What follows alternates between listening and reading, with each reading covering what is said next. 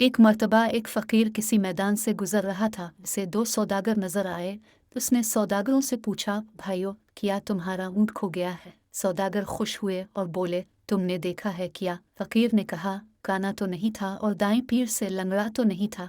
इन सौदागरों को यकीन हो गया कि उसने ऊँट देखा है, लिहाजा इसी से मालूम किया जाए। वो कहने लगे, भाई ये हकीकत है कि वो काना और लंगड़ा था, मगर वो गया कहाँ? फ़कीर ने इसी लहजे में कहा, आगे वाला दांत टूटा हुआ तो नहीं था। सौदागर जल्दी से बोले, यही जनाब यही, अल्लाह के वास्ते पता बता दो, कहाँ देखा था? फ़कीर ने एक मर्तबा फिर इसी अंदाज में कहा, एक तरफ शहद के डब्बे और दूसरी तरफ गंदुम की बोरी लदी हुई थी।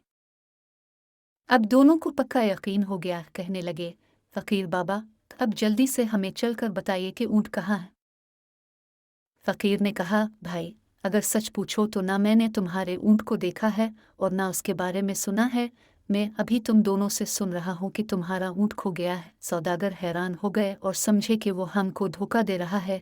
धमकी देकर कहने लगे, इसी ऊँट पर दूसरे सामान के साथ हमारे जवाहरात भी रखे हुए हैं, अगर नहीं बताओगे तो तुम्हें कैद करा देंगे। फ़कीर ने जवाब दिया, भाई मुझे धमकी ना दो, मैंने तुम्हारा ऊँट नहीं देखा। इस पर सौदागर फ़कीर को पकड़कर काजी के पास ले गए। काजी को भी फ़कीर ने वही बात बताई, जब तुमने ऊँट देखा ही नहीं तो इसके बारे में इतनी सही बातें क्यों कर बता रहे हो? काजी ने ताज्जुब से पूछा। फ़कीर ने मुस्कराकर कहा, काजी साहिब, मेरी बात सुनकर अब ज़रूर शक में मुब्तला होंगे, लेकिन मैं अब आपको हकीकत बताता हूँ। जब मैं घर से निकलता हूँ तो आंखें खुली रखता हूँ। आज सुबह मैं एक जगह से गुजरा तो मैंने देखा कि एक ऊँट के पैरों के निशान तो मौजूद हैं, लेकिन किसी आदमी के पैरों के निशान नहीं हैं, जिससे मैं समझा कि ये ऊँट रस्सी तड़ाकर भागा है। फिर देखा तो एक पाँव के निशान थे ही नहीं।